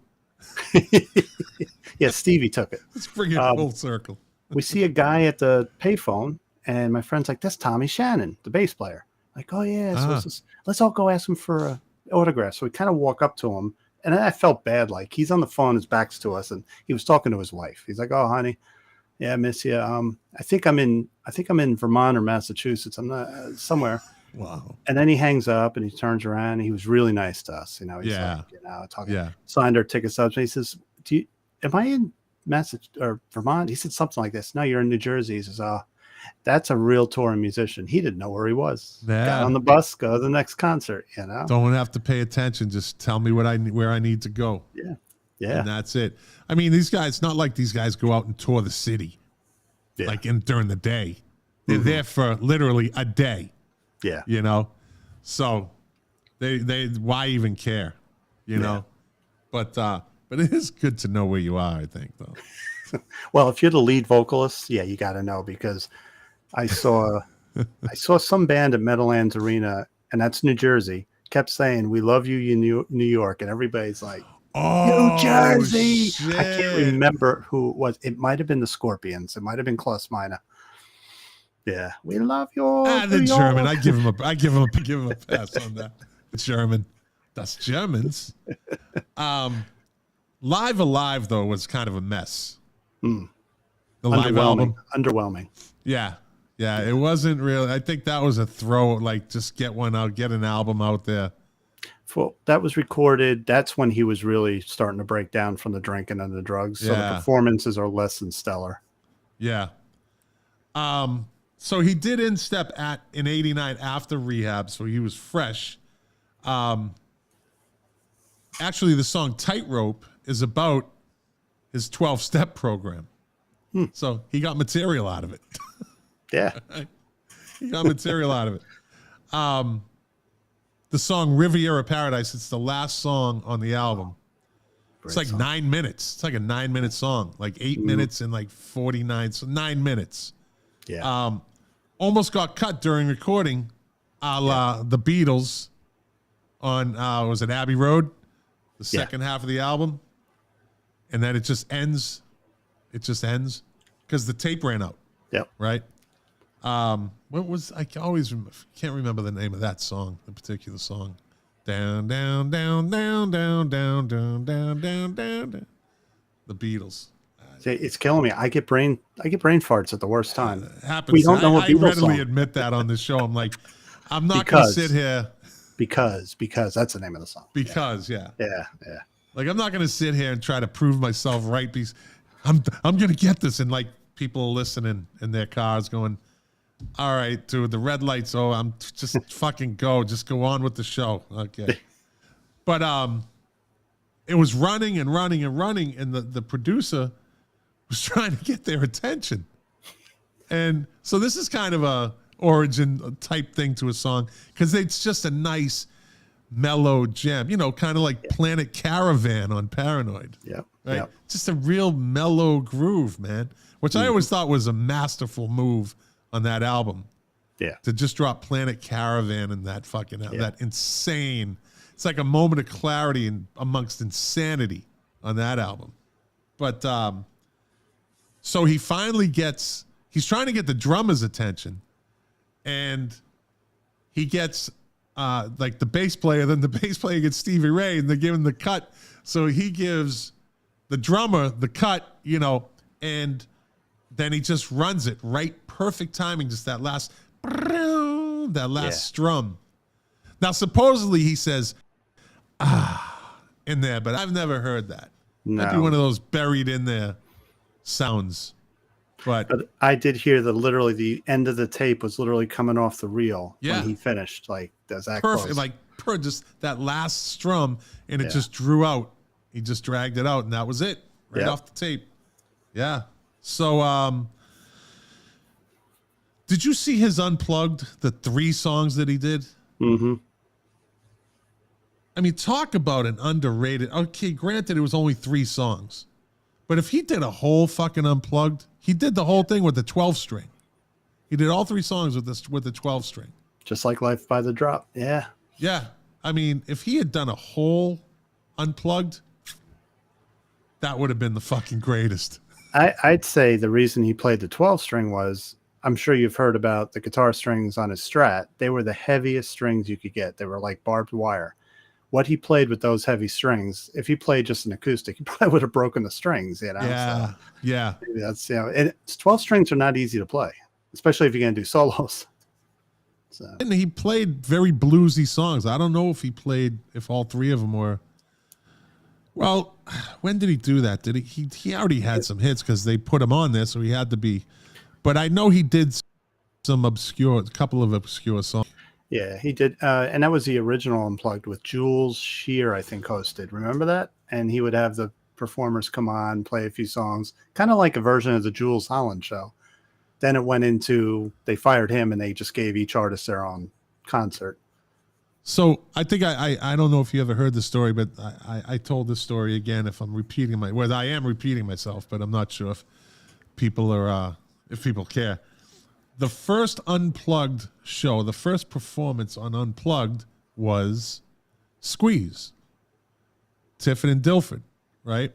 Okay. And they show up to the studio with their regular guitars, and the producer's like, "What are you doing?" They go, "We're gonna play." He says, "No, this is Unplugged." And they're like, "What the hell is Unplugged?" It's like, it's acoustic.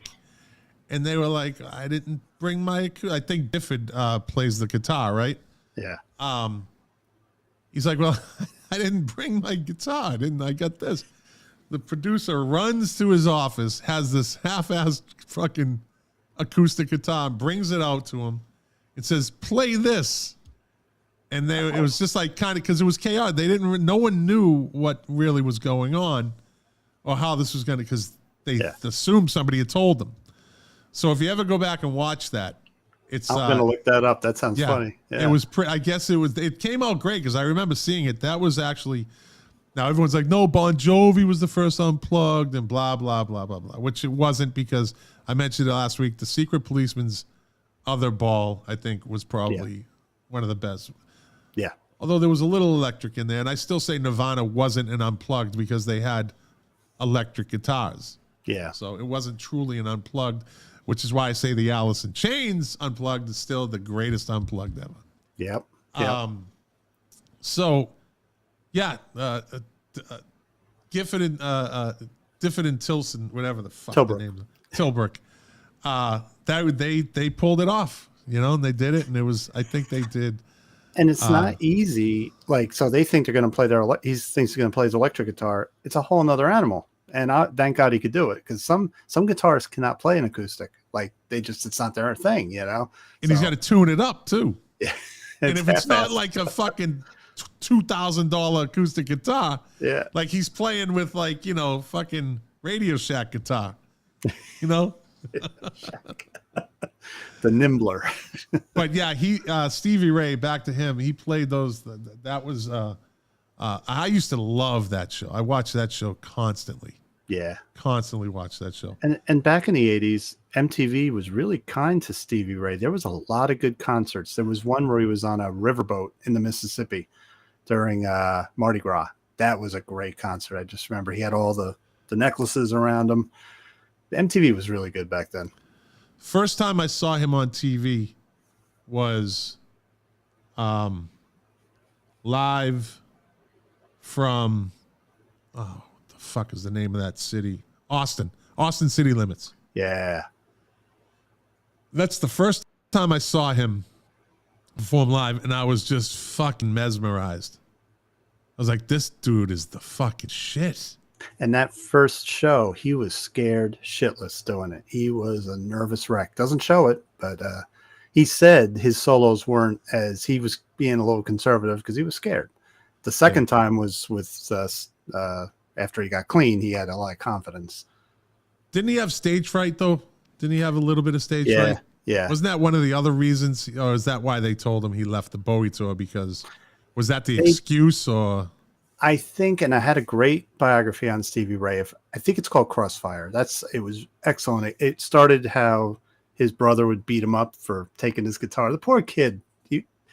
What's his brother's name? Jimmy Vaughn. Jimmy wasn't a nice big brother. Later on, things were better. He beat the shit out of him. Maybe that's why his nose was flat. Hey, my brother Colin knocked me out a couple times when I was so I know the feeling, Stevie. I know the feeling. Oh, my sisters knocked me out. That's sad. Anyway, I think one of them's watching too. Jesus. But no, there was they were making fun of the way he looked. They were making fun of his he can't read music. They would evidently there'd be rehearsal and Carlos Alomar, who I really like as a guitarist, but he would put a score in front of him and say, play that, and it just made him feel like shit. Yeah. So I can't read music. If someone did that to me, I'd be like, okay. And lo and behold, he goes on to far outperform his brother. Yeah. In every way, shape, and form possible. Yeah. I mean, Jimmy Vaughn just kind of ate his dust. He's a traditional blues player. Yeah. Yeah. Did you ever see the Fabulous Thunderbirds? Never saw them live, but I've seen concerts on TV of them. Yeah, I got a chance to see them live at the Boston Garden. Great show. I was actually working canine security at the Boston Garden. We had the patrol dogs outside. That's how crazy that place was. Wow. The old Boston Gardens. Yeah. Stopping people from breaking in, people getting evicted. They walk out. They think they're going to get froggy, and there's a German Shepherd just spitting, mad, wanting to tear them up. That usually calmed these people down. So I took a break. I told my boss, I'm like, hey, I'm going to go in. And they were backing up Bob Seger, who at the time I had no desire to even see. For some reason, I just fell way off the Bob Seger bandwagon. It's the 80s. Yeah. And he started selling out and hey, listen, he made his money, but so be it. But the Fabulous Thunderbirds were backing him up. So I said, yeah, I'll be back. And I went in there and I could go wherever I wanted. So I kind of sat up on the side of the stage. I couldn't go on this, behind the stage, but and I just sat there and I watched them do 5 or 6 songs, and they were fucking good. Yeah, they were good. They could put on a show. And that guy, the singer, good harmonica player. Yeah, and a great voice. Yeah. And he had that style too. He always had that hat on and the Mm-hmm. And they tore it up for a little bit. They had a little flame, but Jimmy Vaughn was always Stevie Ray's brother. Yeah. Even to this day. Would the Fabulous Thunderbirds have been as big as they were if it wasn't for, because they got big after Stevie Ray Vaughan got big. So are you saying, you think that Jimmy Vaughn's name being Stevie Ray's brother carried the band a little more? Maybe. And it's not that the Fabulous Thunderbirds weren't a great band, but they were just one of many blues bands. So if Stevie Ray Vaughan never got to his level, would they have made it? There was that one hit they had that was, I can't Tough remember. Enough. Yeah. Well, they had a couple of hits actually, but they always had them hot girls in the video. And back then, those Daisy, that was pretty racy for videos back then. It was like ZZ Top. They were following that trend. Yeah. But so I mean, probably Jimmy Vaughn. Everyone's like, oh, that's Stevie Ray's brother, so maybe that gave them a little bit of. Yeah, but he played a great guitar, in that song "Tough Enough." He does throw down. He's a great, like I said, I didn't like him at first, and he's great because he's just, like I said, it's a very traditional way of playing the blues, and he doesn't go wild like he's not going to run up and down the neck. He's doing very controlled solos. There's nothing wrong with that. He's very good at what he does. And then they on Soul to Soul they added the keyboards, which fans were kind of like, "Yeah, is that really blues?" Like, they think a lot of fans were kind of split on that. I particularly didn't care. I wasn't that hardcore blues guy, but I think it added another dimension. When you're a trio, I think it can only go so far. Adding and he was playing in the Hammond, which is nothing better than a Hammond organ in the blues. So I think he added whole nother dimension. They still played a mean little wing with him on keyboard, so yeah, didn't bring the band down at all. Right. Now, George Thorogood, the Destroyers, and I'm just kind of going off a little because you talked about like the backup band. The Destroyers, they always had to sign the original 3-man quartet. Wasn't there something like they referred to themselves as they were the 3-man quartet or something like that? I just thought that was pretty cool. Did you ever see him? No. It's one of the few times I got sick and couldn't go to a concert. One of his last arena tours, a friend of mine got tickets. Said, "Come on, go ahead." I got really sick, but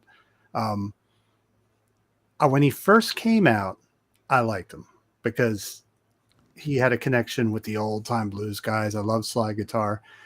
I'm just not crazy about the way he does slide. It's not like a Dwayne Allman. It's very, it's almost like, I don't want to say he has an open tuning, and I'm not going to say he's not a good player, but it's a little repetitious to me. I don't get much from him. I've always said there's always been a joke. A lot of his songs are great when you're at the bar and you're drinking. But the next morning, wake up and play George Thorogood. Is it going to be the same? Yeah. Well, Bad to the Bone was overplayed. That's the problem. Yeah. Well, that's another thing. Yeah, that got overplayed. Yeah. I had a chance to see him, so it's funny.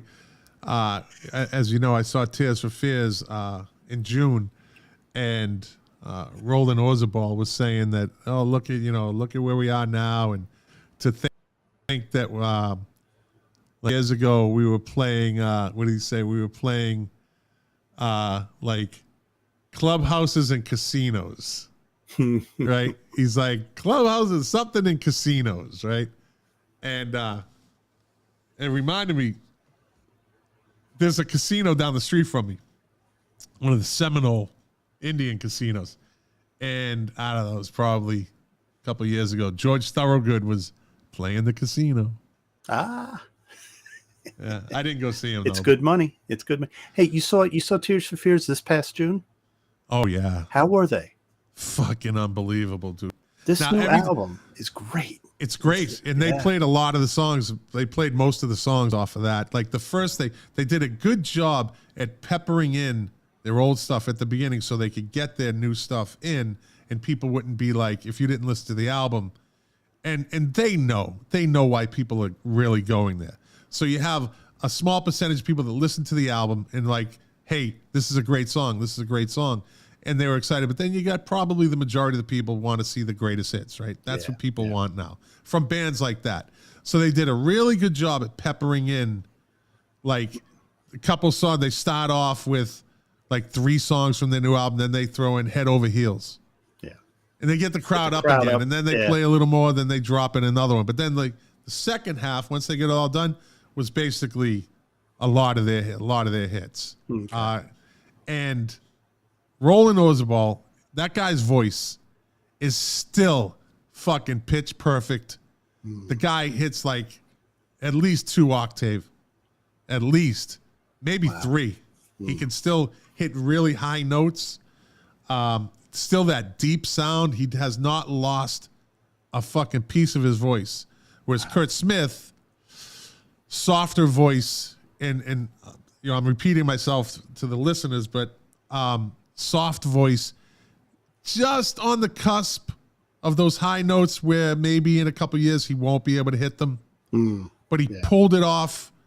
No one was like, ooh, like it wasn't cringe. The guy, he did what he was supposed to do. You noticed it slightly, but it wasn't really off the charts. Like, oh, this guy's like, he needs to stop this. Yeah. So overall, though, the concert, and plus we were like, I don't know, 13 rows from the stage, so it was really good seats. Yeah, like kind of in the middle. And there was just it it was just a great show. And you know, everybody says that after they see a concert. Oh, that was the fucking greatest show, right? Everybody does that because they're so hyped from it. So it's like, and I've seen a lot of concerts, you know, not Jack level like fucking U2 26 times, which, by the way, I would never fucking do that. I would never see a fucking band 26 times. But hey, listen, that's Jack's thing. That was me with Zebra. I've seen Zebra probably 40 times. Really? Yeah. Wow. Well, but you know, you say something. You say how every show is great when you're there. But it's funny when you see a concert and you're at the show and you go, "This sucks." You know it's a bad show. We've all been at a couple of those. Yeah. Oh yeah. Yeah. But I can honestly say that was a bucket list. Actually, I got 2 off my bucket list because I saw Garbage back them up. Oh. So I got to see Garbage, and they killed it. You know, she's a great performer. She doesn't really have her look was everything, and she's still, you know, she kind of has an odd beauty. Mm-hmm. You know, she's a Scottish girl. She's not a true beauty, but she has her own kind of look. Yeah. And she's older now. She's probably in her 50s, right? So you can't really expect to see that stupid girl video with the little slim mini dress on and the boots, but she still got swagger. Nice. Shirley Manson still has swagger. She's a fucking rock star. Yeah. Yeah. No doubt about it. She's one of them women she is a fucking rock star. Mm. And Butch Vig, you know, they were all there. All the original bands. So nice. But yeah, it was a great show. Tears for Fears, as I say, did not disappoint one bit. So it was well worth it. Good. But yeah, that goes back to George Thorogood playing casinos. But like you said, it's good money. All right. I was trying to avoid this. I knew this was coming. Dave Phillips, who I call the king of the 45s, he messaged in, Matchbox is great live. Fuck Matchbox 20. Fuck Rob Timmis, whatever his name is, Thomas. See, sorry, Dave. You're a great guy. You're a loyal watcher, but fuck Matchbox 20. You could give me 2 tickets to the front row, backstage passes, fucking meet the band. You can have dinner with the band, and fuck, they'll let you play the drums one song. I'm giving those fucking tickets away. Ooh. I'm giving them away. Here you go. Have at it, buddy. Have at it. I'll send them to you, Mark. I'll send them to you. He's good. I just don't like Matchbox 20. I have nothing I've ever liked about them. Talk about overplayed. Anyways, see, the good old 90s overplayed music. Yeah, look at plenty of those bands. We started the show off rough. We hit a good fucking groove, Mark, right? And then Dave Phillips fucks it up by throwing in Matchbox 20. Now I'm off my fucking game again. Look, there's a huge part of the audience that likes to see you angry, so that he did the right thing. Evidently. And maybe that's why he does it. He's laughing right now. I know he is. And he did that. He knows. He fucking knows, Dave Phillips, king of the 45s. So, you know what? See, he laughs at me. Ha, ha, ha, ha. And, Lou. Thanks, Lou. Lou Calicchio. Yeah. Rob is so smooth. Yeah. See the next time I have you on my show, Lou. We'll see, buddy. When you come on, I dare you to say that to me. I dare you. You just dared him. He'll take you up on it. He'll do it. I know he will. He'll find a way to. He'll be talking about fucking Emerson Lake and Palmer and somehow throw Rob's Thomas in the mix. It's all right. I set myself up for these things. I show my emotions. So since Dave Phillips fucking threw me off my groove, it's time for the top 10s of this week in 1982. Yeah, that transition. There you go. Lou just likes those O's. This is getting really weird here. Oh, Suey Smooth. Yeah. I got to take a shower after this show. All right. The top 10 this week in July 1982. Number 10. Keep the Fire Burning, REO Speedwagon. I like that song. REO Speedwagon was good for their time. Yeah. They were good for their time. I actually saw them on. Yeah, I saw them do a show on one of these, like, I forget the name of the channel, like Audience. It's called Audience or something. And they were in studio. and they did set in the studio, and they were actually pretty good still. Yeah. I forget the lead singer's name. No. Nah. Oh God. Oh, people are laughing at us. No, they're laughing at you. Yeah, well, I'm used to that. I know Lou's yelling it out right now. Anyways, the guy's got a great voice still. Another one still has a great voice. So that was number 10. Number 9, I love this group. The Motels. Only the Lonely. Oh, right? yeah. Yeah. But my favorite listen to the Motels. You listen to them a lot? No, I haven't listened to like every track of theirs, but everything I hear I like. And only that song is. No, my favorite song is off their first album. It's called All Dressed Up or Dressed Up. Write it down, buddy. That fucking song it's other than Mission of Mercy, probably has some of the hard guitar in it. Yeah. So, yeah, off their first album, The Motels. But Martha Davis, they played down here at this little club that Tom had mentioned.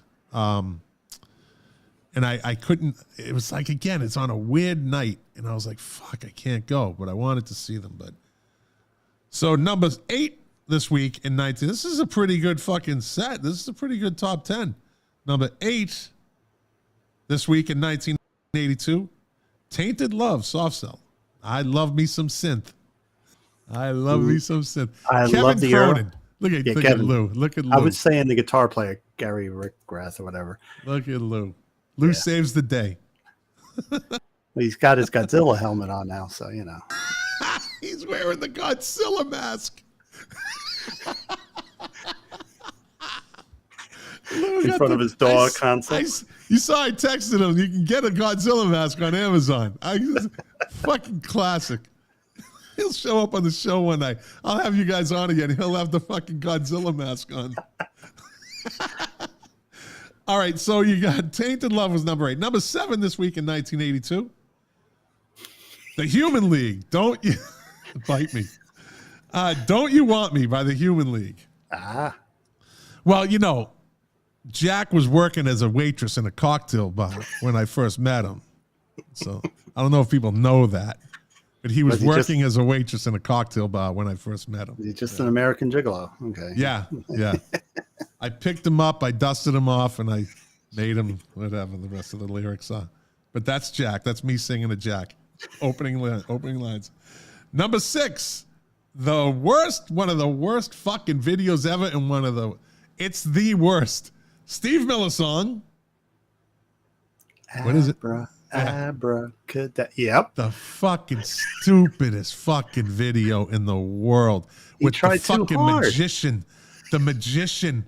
Fucking who does a music video with the magician throwing the fucking rags up in the air and the fucking, like, are you kidding me? Like, Steve, what the hell are you letting worst video ever. Yeah. One of them. Number 5. For all you dance club people, the Daz Band with Let It Whip. Love that song, the Daz Band. I remember that. Yeah. Number 4 this week in 1982, Fleetwood Mac, Christine McVie song, Hold Me. Oh.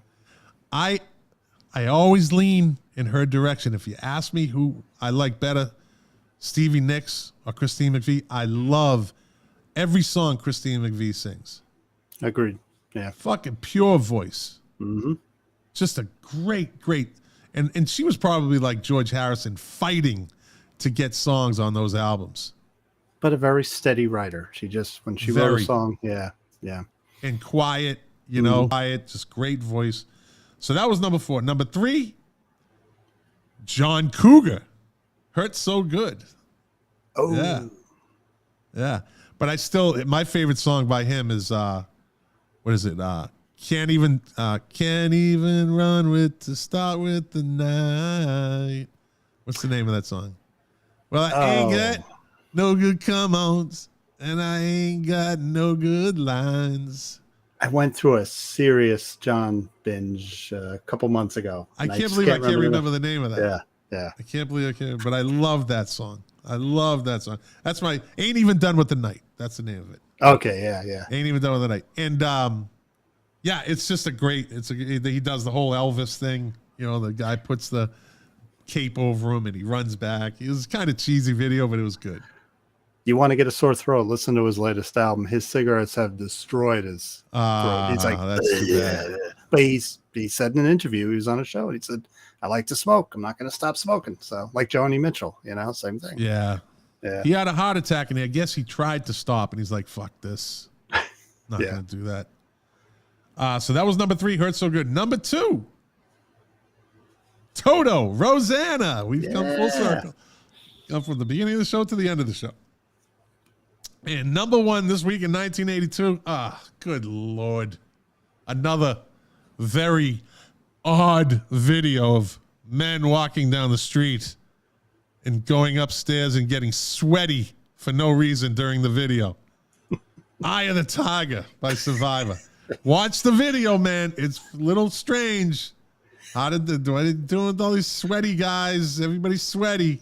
Like, don't get it. They're walking in the street first in the flying V formation. Yeah.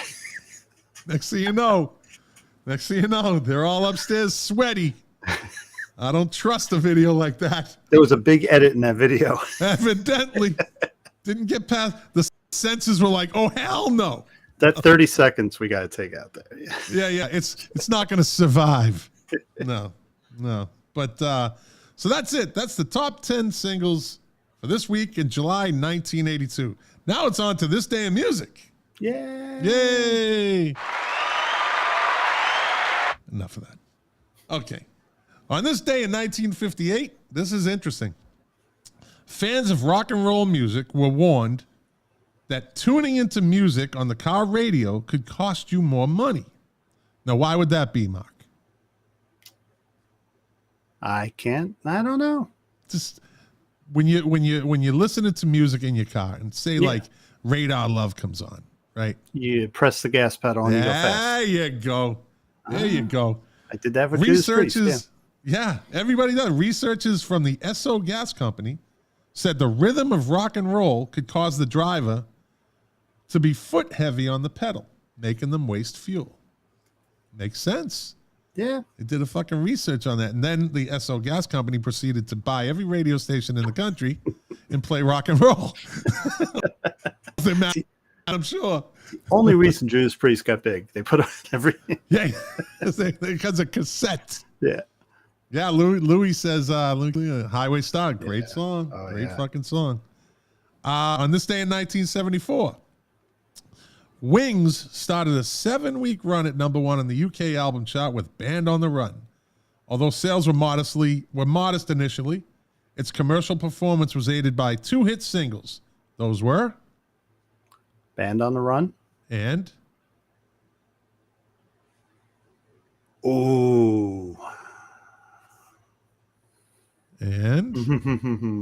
Let Him In.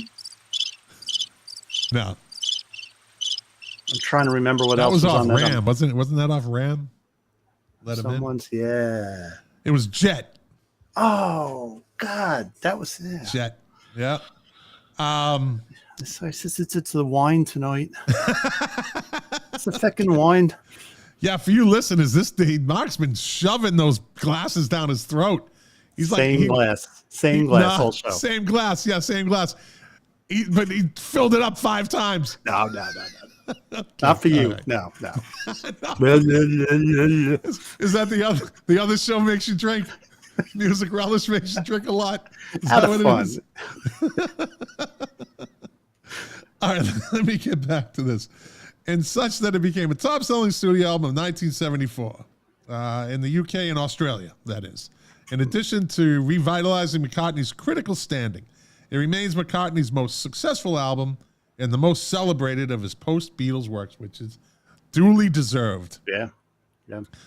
On this day in 1985, Paul Young went to number 1 on the U.S. singles chart with his version of Daryl Hall's song, Every Time You Go Away. That's it. I'm not going to sing it. I'm not going to sing it. I'm sure Daryl Hall didn't mind that either. Yeah, that's right. He's getting paid. Yeah. Great song. Great version. It was a sad day on this day in 2001. Leon Wilkinson, bass player with Lynyrd Skynyrd, was found dead in a hotel room in Florida at the age of 49. Ooh, young. Yeah, Skynyrd scored the 1974 U.S. Number 8 single "Sweet Home Alabama," and "Freebird" was number 21 in the UK. And he was also a member of the Rosington Collins Band. Mm. Yeah, well, because Lynyrd Skynyrd is dead. Sorry, people that might not have known, they were the leftovers. Let me cue it. Wah, wah. Yeah. Rosalind Collins was the leftovers. Anyways. Leftovertures. Yeah, but they were good. I actually enjoyed them for their little run. All right, on this day in 2012, the Beatles returned to the top 40 in 20 of the Billboard Albums chart with the iTunes exclusive compilation Tomorrow Never Knows. The set included 14 classic songs by the band and marked the first time the Beatles released an album exclusively to iTunes that had never been previously issued. If I remember correctly, didn't Michael Jackson own the catalog at that time? All the Beatles songs, and so that was a big money grab. Started to see Beatles songs in commercials, if I remember right, too, when he bought the rights. That was sacrilege. Well, that was Paul McCartney's fault. Yeah. Paul McCartney, when they were doing that video, like Say, mm-hmm. with Michael Jackson, he was explaining to him, he goes, yeah, the money is in the catalogs. And he just had this whole conversation with him. And, Michael Jackson, oh, wow. And then the Beatles catalog comes up for sale. Paul McCartney bids on it, and Michael Jackson outbids him. I just thought it was his fault. You were going to say his fault because at the bidding, he went to lift his arm to bid, and somebody tickled him, and he pulled his arm down. And it was Michael, Yeah. I think he got the rights back, though, right? I probably did. Yeah, I'm sure he did. I mean, the guy has enough money. At one point, he was making like $40,000 a day, something like that, from royalties. Fucking crazy. Let's see, birthdays. Born on this day in 1944, Bobby Gentry, U.S. singer-songwriter, notable as one of the first female country artists to compose and produce her own material, which was really tough back then. Mm-hmm. Gentry rose to international fame with her intriguing Southern Gothic narrative, Ode to Billy Joe, in 1967. The track spent 4 weeks at number 1 on the Billboard Hot 100 chart and sold over 3 million copies all over the world. And what was it threw off the bridge? Tallahatchie Bridge. Fill it in for me. No one knows. Oh. Yeah, no one knows. They it was can Jimmy only speculate. Hoffa. Yeah, it was Jimmy Hoffa, yeah. Born on this day in 1964, bassist Rex Brown from the American heavy metal band I don't Pantera. know. Oh. Yeah. So there's a thing going on right now for you Pantera fans. Phil Anselmo, the lead singer, who in the end did not get along with the Abbott brothers, Vinnie Paul and Dimebag Darrell. Him and Rex Brown want to go out on tour as Pantera. Now, is it Pantera without Dimebag Darrell and Vinnie Paul? I don't think so. To a Dimebag Darrell fan? No way. Or to just a purist. Like I won't go see Steely Dan with Tom because it's only half. Yeah. It's only half the band. He was like, hey, Steely Dan. I go, nope, sorry, Tom. He goes, Half Dan. Half Dan. Yeah. But who's playing guitar in place of Dimebag? It's the guy that played with Ozzy Osbourne. Zach Wilde? Yeah. I mean, if you're going to get a replacement, that's a good replacement, I imagine. But Black Label Society. Yeah. I mean, fucking Zach Wilde is no joke, man. No, he's No joke. Now I might go see them if he's playing. If Zach, they don't know who it's going to be though. They don't know who's going to. Now I might go see them just to see, Zach Wild play with, Pantera. I don't know if they come close enough. You gonna mosh? No, because I'll end up fucking running some people over. Just find the guy in the wheelchair. That's what I'll be looking for.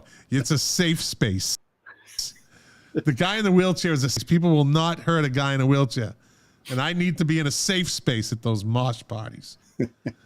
And finally, born on this day in 1967, Juliana Hatfield, American musician and singer-songwriter from the Boston area, formerly of the indie rock bands Blake Babies, Some Girls, and the Lemonheads. Known for a few small hits. They did a cover of Suzanne Vega's Luca, and they had a great track, It's a Shame About Ray. That's a good song. Do you ever hear that song? Mm-hmm. Yeah. And they did the cover. That was probably the most popular song, was the cover of Mrs. Robinson in 1992. Mm-hmm. When me and Tom worked at CPI and we did cassettes and CDs, we were producing Lemonhead CDs. They were on a label called Tang Records. Really? So we heard them in their formative years, really formative years. Buddy, you would see this was meant to be you coming on the show tonight. It was meant to be. Look at that. Everything went to shit, but it worked out. Hey, you finished off big, though, buddy. Listen to the Lemonheads. You finished off big. All right, well, that's the show, everybody. I want to thank you for listening. Mark, my friend, thank you very much for coming through in the clutch. No problem. Thanks for having me on. I literally called you you were at 4:30. You were getting off at 5. And we were coming on at 7:30. So that was not a lot of time. But once again, your wealth of knowledge is appreciated on this show. I can't say that for Lou. Taunting me. He's good at that. He's good at that. Yeah, he's getting watch comfortable. The Jersey guys. I like that. Lou's getting comfortable, and that's what I like. Just throw it all at me, buddy. I don't care. Just want to push my buttons. You'll get a reaction. You will get a reaction. Lou gives you a bravo, my friend. Lou gives you a bravo. And like I always say, thank you for listening. If you like the show, share it. Give us a rating on whatever podcast platform you're listening on.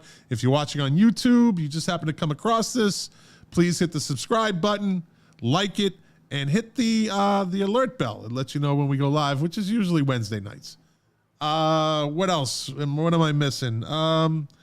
That's it. Like I always say, doing this show for you people, to quote my favorite artist, Morrissey, the pleasure, the privilege is mine. And tonight it's Mark's. And listen to the Music Relish podcast. Check them out on their YouTube channel. It's some deep dives, people. There's some deep dives in there. Yeah. And it's good stuff. It's good stuff. It's for those heavy hitter music fans. If you really want to learn something, don't listen to me. Don't listen to me. Listen to Lou and Barry. I'm just drinking my wine. I just drink my wine. I see you did the intro for the last show, though. Yeah, I was like, you ever see Albert Brooks in Broadcast News when he finally gets to do the news? He's sweating. Hi, you've welcome to Music Relish podcast. And I see Perry staring at me. Don't fuck it up. You'll get used to it. You guys take turns doing that? Yeah. Yeah, I thought so, because Lou did the. Lou kind of has like an announcer's voice in a sense. Yeah, he does. Like if you put the compressor on his voice a little, the low, and that, and he could probably get one of those really deep voices. Absolutely, he's made for voiceover. I'm made for cartoon work. For cartoon work, yeah. Well, all right, everybody, thanks for listening. We've hit just about the 2-hour mark, my friend. Shit. Damn. Holy smokes. I love it, though. I love it. And I'll be back next week when I don't know who the co-host is going to be. Mark might get another return. I have to borrow him, though, from the Music Relish podcast. I do not want to step on anybody's toes. I'm very cautious of that. So, but it's up to him. It's a free world. Hey, he's free to do what he wants any old time. Not that there's anything wrong with that. Yeah. Nothing. All right, everybody. Thanks for listening. See you next week.